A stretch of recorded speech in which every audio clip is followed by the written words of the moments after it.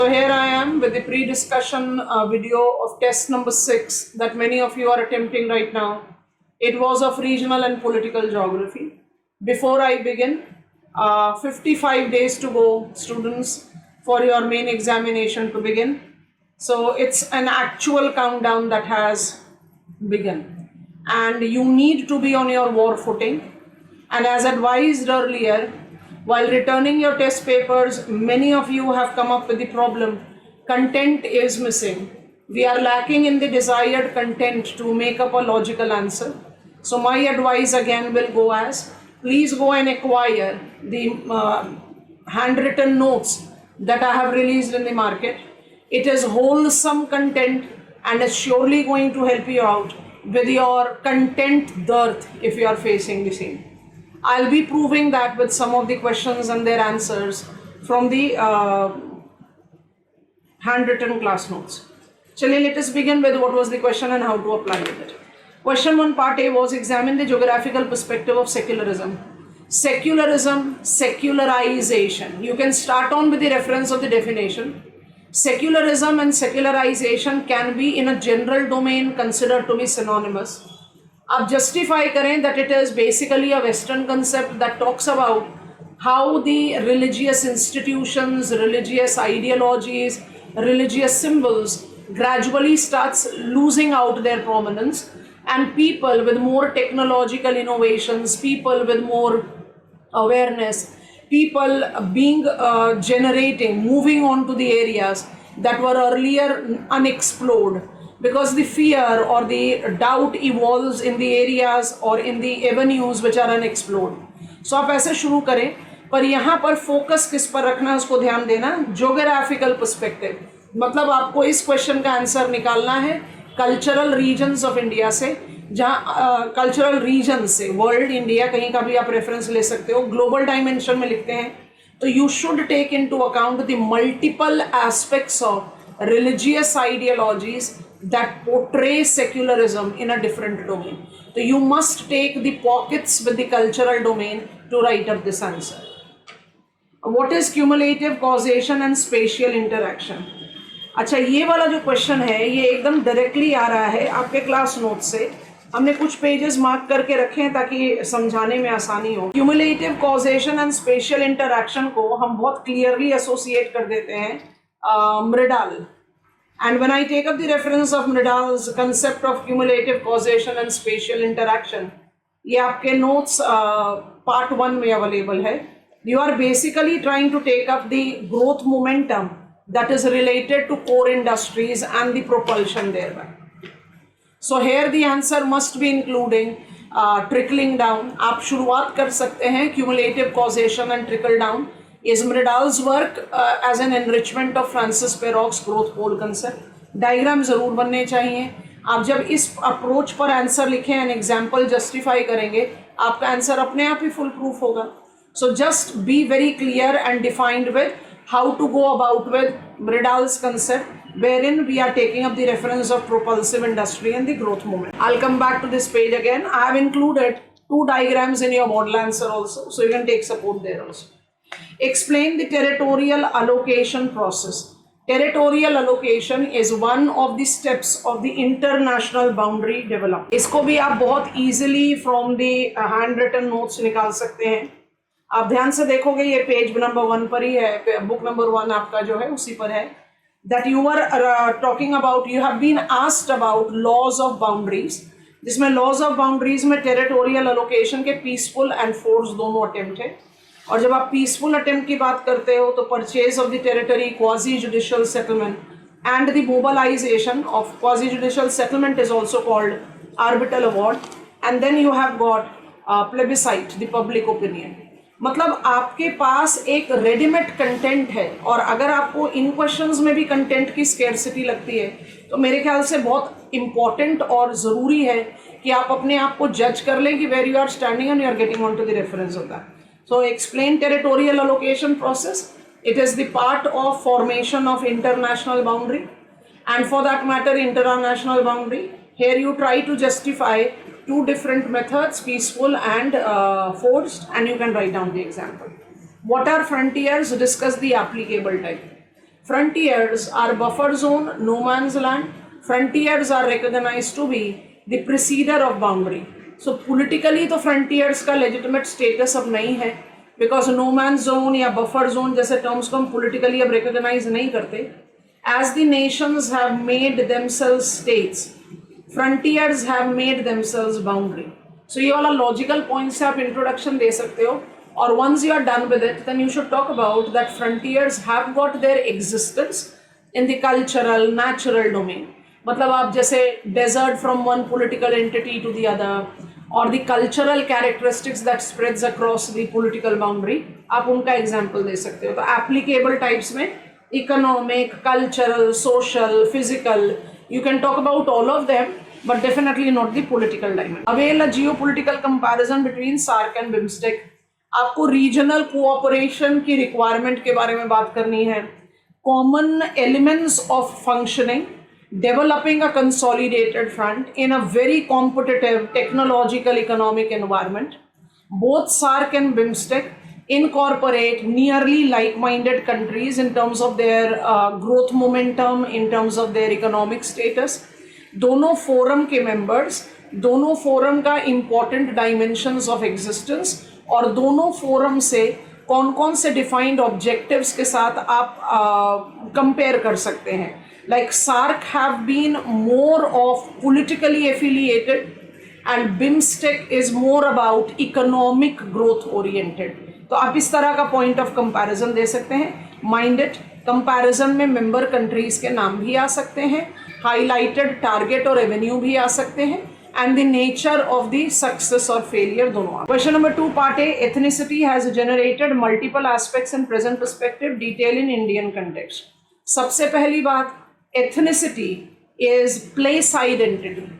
Ethnicity is no longer related to race, and once I take that place identity, you have to take up the reference of detrimental regional consciousness, and that detrimental regional consciousness can give us extreme dimensions of geopolitical vulnerability. Our state of Manipur is giving us a very solid and sound example of it. So आपको करना क्या है, इसमें multiple aspect दे रखा है, तो multiple aspect is essentially challenging and it comes on from the detrimental dimension of regional consciousness. That detrimental dimension reflects itself in multiple avenues, and these multiple avenues can be charted out as interstate issues, unrest. You justify on the development that is correlated on with different types of agitations that we are having, largely because of the absence of parity in the development. तो दो की चीज़ें आपको यहाँ बता रहे हैं. Ethnicity का डेफिनेशन बहुत क्लियरली देंगे और multiple aspect in present perspective को डेट्रीमेंटल रीजनल कॉन्शियसनेस से एसोसिएट करके contentious politics and hostile neighbors के साथ रिलेट आउट करके लिखना. Explain the methods and principles of delimiting maritime zone. United Nations Convention on laws of seas, United Nations Convention on laws of seas 1974, 75 and 85. इसमें आपका जो specific point of mention रहना चाहिए वो है continental shells. From the laws of seas perspective is very different from geological perspective, पहली बात. दूसरी बात, 75 में it was innocent passage and 85 में it was made transit passage. You are talking about territorial water, you are talking about contiguous zone, you are talking about exclusive economic zone, justifying their characteristics, areas of national and international jurisdiction, role of ISA, सारी चीज़ों को justify करने की requirement. Attempt and analysis of interrelation between hazard and risk vulnerability. बहुत important purview है. Sendai framework का वो Venn diagram लेना जो बताता है कि risk is function of exposure to hazard, resilience and definitely the dimension of vulnerability.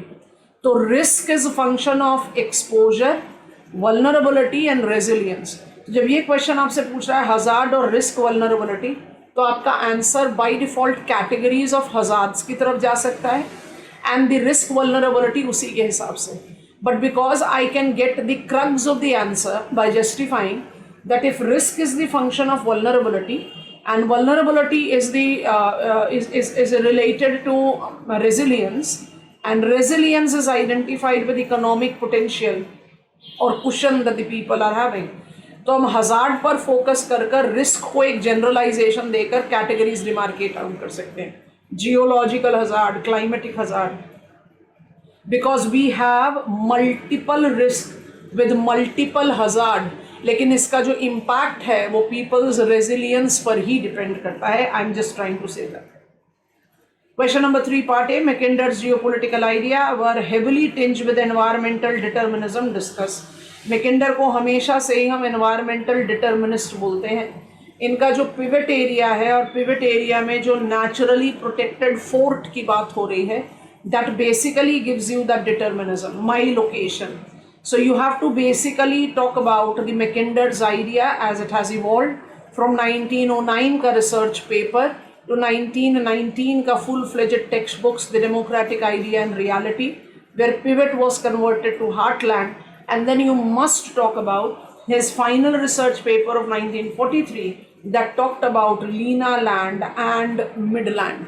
So locational factors per emphasis, my location determining my significance, I as a naturally protected fort with centrality is giving me the edge, political edge, and that is where I'll become heartland. So you have to create out the concept altogether, और आपको हर point में prove करना है कि मेरी location is my strength. That is where we believe that he was a strong environmental determinant. Examine how geopolitical relevance of Central Asia is reviving heartland. एक continuity में question दिया ताकि आपको समझ में आए कि इस तरह के क्वेश्चन में you draw the boundary line. इस क्वेश्चन का आंसर की शुरुआत दो तरीके से हो सकती है. एक तो कि आप हार्टलैंड के बारे में बात करो, तो Mackinder propounded the concept of heartland, which talked about the centrality of the Eurasian region as a naturally protected fort. दूसरी आप शुरुआत कर सकते हो सेंट्रल एशिया से. So central Asia is comprised of 5 countries, Kazakhstan, Uzbekistan, Turkmenistan, Tajikistan and Kyrgyzstan. आप इन Asian countries की लोकेशन को जस्टिफाई करो as a buffer between a north, east, west, south and a transit location towards Europe connectivity. Identify their internal sensitivities, crude oil, natural gas, their location, which is very crucial for Chinese trans-Eurasian rail route, very crucial for vested interest of Russia, very crucial for Saudi Arabia, because religious fundamentalism मुझे इतनी strong दिखाई नहीं देती है in Central Asia. A dimension that has been evolved with Indian north-south corridor का development and also the Tapi pipeline. तो जब आपने चाइनीज, रशियन, इंडियन इंटरेस्ट के बारे में बात की, you are identifying its locational, its resource benefit. आप बेसिकली क्या प्रूव कर रहे हो एग्जामिनर को, दैट जियोपॉलिटिकली सेंट्रल एशिया इतना स्ट्रांगली इवॉल्व हुआ है that we can justify it to be he who controls heartland will be controlling the world, will have its variation or deviation as he who will be manipulating Central Asia can manipulate Eurasian affairs. तो आपको इसको इस तरीके से लिखना है. दोनों ही context में ये रिलेवेंट है, चाहे आप हार्टलैंड से शुरुआत करो चाहे सेंट्रल एशिया से. And mind it, you will get the notes on this also in the handwritten notes booklet. In reference to Quad, provide detailed prominence of Indo-Pacific region and world. Quad एक strategic military partnership है. Indo Pacific से आपको शुरुआत करनी चाहिए. Quad को आप in between या टुवर्ड्स एंड जस्टिफाई कर सकते हो. तो यहाँ पर दो चीज़ें सबसे ज़्यादा इंपॉर्टेंट रहेंगी. एक तो लोकेशनल बेनिफिट जो हम इंडो पैसिफिक के साथ एसोसिएट करते हैं.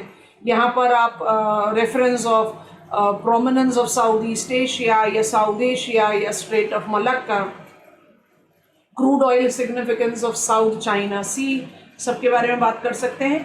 और आपको जस्टिफिकेशन देना है number 2, the geopolitical strong aspirations that we are having of China.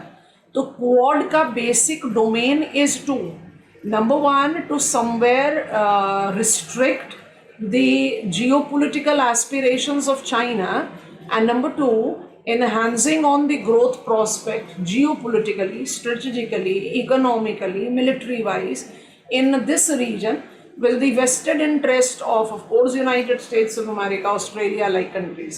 तो आप एक जो prominence of Indo Pacific in the geopolitical front पर है उस पर अपना फोकस रखते हुए इस आंसर को बनाएंगे.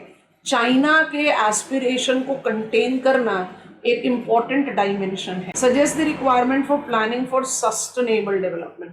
जब भी आप सस्टेनेबल डेवलपमेंट की बात करते हैं, प्लानिंग फॉर सस्टेनेबल डेवलपमेंट, मेरे ख्याल से टेस्ट नंबर 4 पर भी हमने डिस्कस किया था, anything that is decentralised, diversified, inclusive will be sustainable. क्योंकि सस्टेनेबिलिटी का डायमेंशन सिर्फ एनवायरमेंटल सस्टेनेबिलिटी की तरफ नहीं होता, it goes very essentially with, it identifies itself with environmental sustainability, it identifies itself with societal sustainability, economic sustainability. तो it has to be with all inclusive kind of domain. और आपको answer उसी तरह से लिखना है। जो एक वेन डायग्राम बड़े कॉमनली चलता है सस्टेनेबल डेवलपमेंट में, उसको आप जस्टिफाई करेंगे, equitable, viable and reliable, that will be justifying this. तो एक बड़ा ओपन एंडेड क्वेश्चन है, आप इसको किस तरह से फ्रेम करते हैं, that all growth do not lead to development and that the growth have been largely exponential and exploitive, creating out the multiple types of environmental challenges, and thus comes this. What are the approaches of regional studies in geography? Identify methods of its delimitation. ये आपको book number 1 में मिलेगा, the approaches of regional studies in geography. ये आपको geographical thought है, types of region in regional planning है, सारे topics पर ओवरलैप करता हुआ कंटेंट है, यू मस्ट अटेम्प्ट इट। आपको इसमें क्या करना है, formal region, functional region, planned region, landscape ecology, landscape chronology, landscape morphology, तीनों चीज़ों को जस्टिफाई करते हुए आपको मेथड्स ऑफ डिलिमिटेशन बताना है। तो मेथड्स ऑफ डिलिमिटेशन में क्वालिटेटिव एंड क्वांटिटेटिव दोनों का मेंशन आना चाहिए। जब आप क्वालिटेटिव मेथड की बात करते हैं तो you are taking into reference, qualitative method will be empirical observation, तो 1 to 1, and quantitative is based on gravity model, जिस पर हमने पिछले 2 टेस्ट में आपको क्वेश्चंस दिए हैं, जहां पर आप जिफ को, रेली को, कन्वर्स को, पीटर हैगेट को ऐड करेंगे, and it is also advisable, आप चाहें तो ऐड कर सकें। वर्ड लिमिट सरपास होती है, but I think it is an optional thing you can add. Thyssen's polygon method को भी add on कर। What are the issues of maritime security? Also outline the role of Indian Navy in its mitigation. पिछले test में आपने question लिखा था, requirement of comprehensive security strategy of India. Mumbai terror attack eye opener रहा, 7,516 kilometers of shoreline. We have got the Indian Navy providing on the line of defense. फिर आपके पास maritime security with the state police is available, coast guard is available, but we know that our water front is not to the level of security और buffering as is required for the country like India, which is geopolitically very sensitive. So issues of maritime security correlates not just with the potential rimland sensitivity injected, Indian Ocean region का geopolitical vulnerability, multiplying significance of island territory, changing climate, sea surface temperature increase, and thereby hazard factor. It is also related to the newer dimension of Chinese presence in Indian Ocean region. Role of Navy में आप definitely the protective force, humanitarian role, risk mitigation role, friendly dimensions of the role, तो सारे dimensions of navy के role को justify करें। क्योंकि issues of maritime security है, तो इंडियन नेवी के रोल की शुरुआत इसी से करें कि फर्स्ट लाइन ऑफ डिफेंस जो है मरी टाइम फ्रंट पर नेवी ही प्रोवाइड करे। What is the geographical basis of Indian federalism? Start करेंगे federalism as coming together and holding together.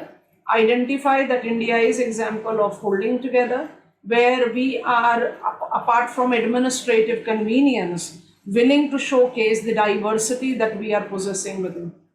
Diversity of Indian society is related to our multilingual, multi-religious, multi-societal, rural-urban divide, tribal living, and all that diversity is required to be showcased in our centralized federalism, where you have to ease the diversity to come into limelight, but with a control, and उसी के साथ आप इसको justify करेंगे।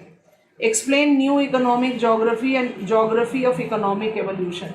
ये आपका क्रूगमैन का idea है जो बहुत क्लियरली बताते हैं कि आप अपॉर्चुनिटीज़ को इवॉल्व कर सकते हैं by the mobilisation of technology and by the mobilisation of trade. Why it is so that we have to proceed on with the conventional dimension कि यहाँ पर मार्केट है और यहाँ पर रिसोर्स है. Resources are not, they become.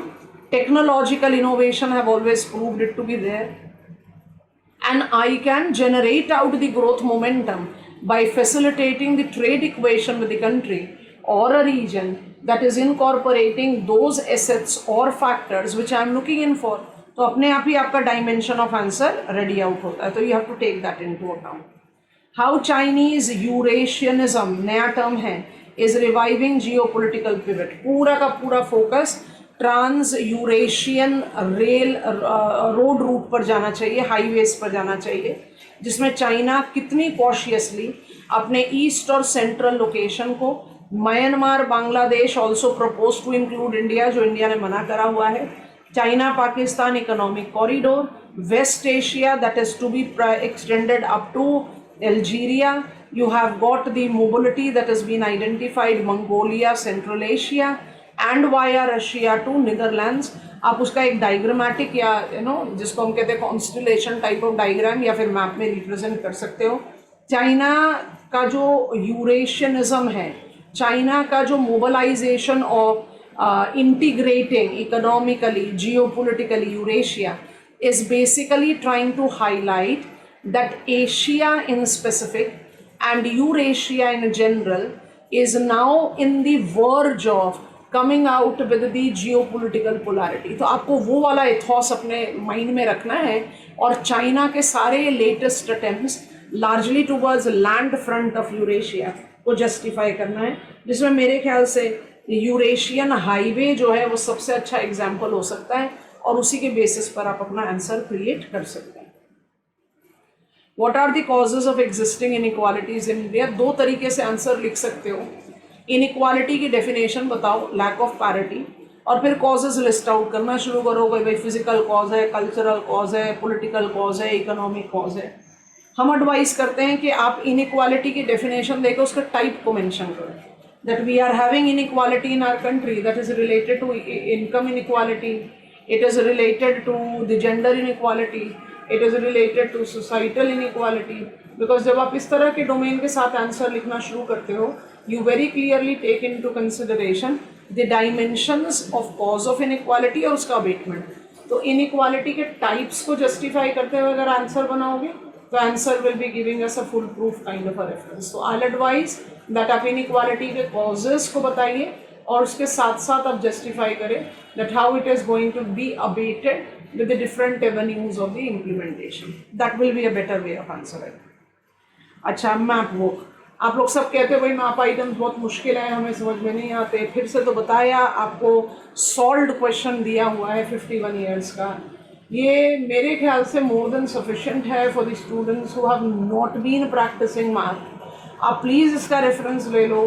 Math question अपने आप में आज की डेट में सबसे स्कोरिंग तो नहीं है, लेकिन मैप क्वेश्चन आज की डेट में सबसे ज़्यादा टाइम सेविंग है. तो अगर थोड़े एफर्ट्स लेकर आपको इसके साथ का जस्टिफिकेशन मिल जाता है तो why not go for it. आपके पास पूरे पिछले 51 ईयर्स का कंप्लीट मैप मार्किंग आइटम्स जो जो पूछे गए हैं, इसमें पॉसिबिलिटी तो बहुत ज़्यादा होती है ना रिपीटेशन की. 1994 में क्या पूछा गया, यू आर हैविंग ईयर 2000 में क्या पूछा गया. So you can make sense with many of the items that can be repeated. और अगर आपको मैप आइटम इस समय बहुत मुश्किल लग रहा है, 55 दिन रह गए, आप पूरी एटलस को तो अब रिवाइज कर नहीं सकते, तो take support of this. You have to justify each one of them. So मेरे ख्याल से काफ़ी अच्छा सपोर्ट सिस्टम हम आपके लिए रिलीज़ किया. अब इसको इस्तेमाल ही नहीं करोगे तो फिर तो प्रॉब्लम है ही. Okay, economic unrest and internal securities are interrelated. Economic unrest की डेफिनेशन दो, कैटेगरीज बताओ. परसुएसिव होता है, रेजिस्टेंट होता है और रेवोल्यूशनरी होता है. अगर ये टर्म्स नहीं आए तो आंसर नहीं बना. आपको अनरेस्ट की कैटेगरीज डिमार्केट करनी है, पीपल इन्वॉल्व की जस्टिफिकेशन लेनी है. जब आप रेजिस्टेंट की बात करते हो तो wrestlers agitation was a very good example. जब आप परसुएसिव की बात करते हो तो farmers agitation was a very good example. And when you talk about revolutionary, something which has led to sweeping change. अच्छा, sweeping change हमारे कंट्री में अभी तो कोई recent example में नहीं है, but you can justify that it can be challenging to internal security because such type of agitation have always been sabotaged by it has always been affiliated towards certain contentious politics. So आपको agitation या unrest की categories को justify करते हुए उसको internal security concerns के साथ associate करना है। Write note on evolving nature of Sino Indian relation, LAC आएगा, LOC भी आएगा, but LOC with Shaksgam valley only, of course LOC की रिक्वायरमेंट नहीं है। McMahon line, but don't stop here, because you have to talk about regional manifestations, and I insist so much on these terms because these are those geopolitical terms that tends to enhance the quality of your answer. अगर आप ये geopolitical expressions नहीं लिखते हैं तो आपके answer में कहीं ना कहीं कुछ ना कुछ कमी छूटती है, तो आपको उस जस्टिफिकेशन के साथ इसका आंसर देना चाहिए। रीजनल मैनिफेस्टेशन में exploration and production right, port territories assisted by China, island leasing agreement by India, so you can take up the reference as well. Island territories have evolved in geopolitical context. इसको आप दो domain में जज करें, तो अगर हम आपको थोड़ा सा क्लास नोट्स का रेफरेंस बताएं इसमें, तो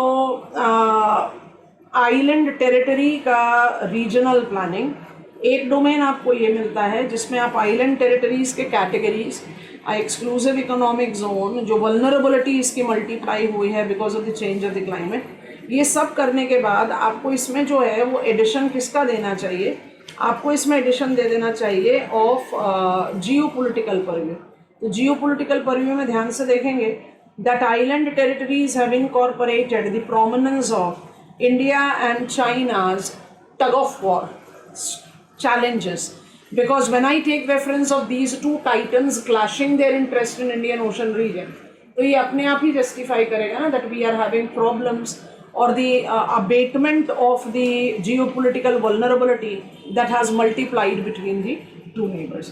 तो island territories evolved in geopolitical context. Andaman Nicobar island लिखो, लक्षद्वीप लिखो, एग्जाम्पल्स ऑफ मालदीव्स, सेशल्स, क्योंकि इंडियन कंटेक्स्ट, क्योंकि India has got Agalega and Assumption island. Getting the point? So you should talk about that. Substantive democracy is sustained problem in India. ये basically ये sustainable development वाला demarcation है, मतलब जो चौथा ए part question में आप कर रहे थे ना, requirement of planning for sustainable development, वो इंडियन कंटेक्स्ट में आ गया. Democracy is procedural and substantial. India is a super successful example when it comes to procedural democracy. If India would have been equally successful in substantive democracy, India में जो inequality का challenge है वो नहीं रहता, इंडिया में जो absence of parity है वो नहीं रहता, इंडिया में जो मैसिव रीजनल वेरिएशन है वो नहीं रहता ऑन एनी लाइंस. तो आपको divides something which is divisive, something which is giving you inequality, उस पर फोकस करके आना. लॉज ऑफ इंटरनेशनल बाउंड्री का एक पॉइंट बता दिया था, यहाँ आंसर शुरू होना चाहिए टाइप्स ऑफ बाउंड्री में, ये बताते हुए कि बाउंड्रीज डायनेमिक हैं और डाइवर्स हैं, इसलिए हर बाउंड्री के डेवलपमेंट का अपना ही कुछ प्रोसेस रहा है. However yes, we as global community have followed certain steps towards the development of it. So territorial allocation, delimitation and demarcation के बारे में जस्टिफाई करेंगे. Discuss the development of theories in regional development. So development of theories तो एकदम full fledged purview आपको दिखा सकते हैं, and it goes right here. सारा regional growth theoretical approach, growth pole, growth centre, hence गेरोल, रोस्टर, और you just need to keep on turning the pages and you have got all the details coming up. Everything. मतलब पेरलाफ का export based, बोडवेली का urban multiplier, Hirschman का regional multiplier, you are taking up the forward and backward links, and also the approach of Friedman, it is also giving you the demarcation, everything. तो आपको करना क्या है इस आंसर में, आपको इस आंसर में डिमार्केट आउट करना है सारी theories which have been evolved in different domain by different scholars towards growth pool and growth. Avail the chronological details of emergence of new states in India. Historical question है, geography बनाना पड़ता है. तो 1950 का Indian Republic with category ABC states, फिर 1956 से 66 का Indian state, जहाँ पर 56 का states reorganisation on linguistic line, Kerala भी लिखना है, कर्नाटका भी लिखना है, तमिलनाडु भी लिखना है, आंध्र प्रदेश भी लिखना है, क्योंकि we had the demarcation of these on the linguistic line and bilingual state of Bombay, ये सारी चीज़ें आनी चाहिए। फिर 60 का डिमार्केशन दें तो बाईलिंगुअल स्टिक नहीं हो पाया, तो महाराष्ट्र एंड गुजरात। 66 का दें तो सिर्फ ये नहीं कि Hindi speaking Haryana and Punjabi speaking Punjab, Pahari speaking Kangra and union territory of Himachal Pradesh coming into being, क्योंकि क्रोनोलॉजिकली पहला फेज कंसोलिडेशन का होता है, दूसरा लिंग्विस्टिक रीऑर्गेनाइजेशन का, एंड तीसरा which is carrying it forward right now economic reorganisation, जिसमें आपने डेफिनेटली कंटेम्प्रेरी एज में पहली बार in India existing state getting bifurcated, it's not new, but existing state getting bifurcated and demoted is new, तो आप उसका mention जरूर दीजिए। यहाँ पर कोई रिक्वायरमेंट नहीं है, बट क्योंकि 20 मार्क का क्वेश्चन है तो आप टुवर्ड्स एंड ये मेंशन कर सकते हैं that we can expect our international boundary to get modified further with many state in the demand. What are the requirement of watershed management planning in India? Bottom up watershed का definition दीजिए, watershed की strategies के बारे में justify करिए। Watershed की strategies के बारे में जब आप जस्टिफाई करोगे तो ऑटोमेटिकली आपको approach of water use efficiency, decentralisation of agricultural development, drinking water problem को रिजॉल्व करना, industrial growth, agrarian growth, area development, सबके बारे में बात होती है। नोट्स पार्ट नंबर 3 में, पार्ट नंबर 2 में आपको सारी डिटेल्स मिलेगी।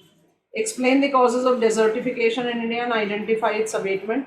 Desertification is decreasing the biotic potential.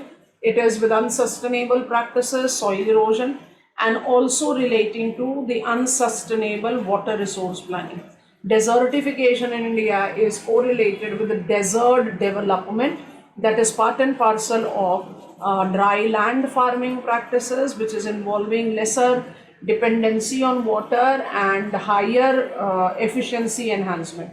तो सारा abatement strategy desertification को control करना, फिर से वही green belt and less water intensive activity, community check dams, catching the rain, mobilizing on the participatory irrigation management, every avenue will be coming up. So इसका थोड़ा सा आंसर का जो ओवरलैप है वो आपको easily दिखाई दे जा सकता है with the aspect of water resource management in the country. So you have to actually write it from that perspective. Abatement strategy will be water resource management. This was required to be written in test number 6. Of late, especially the test number 5 of trade, transport, communication and industrial geography, I am happy with some papers, and for many of you there is requirement of focusing on the content building more elaborately. So please get on to very defined concepts of dimensions and take model answers. And if you still find things lacking, take reference of the notes, and all the very best. This is it from my side.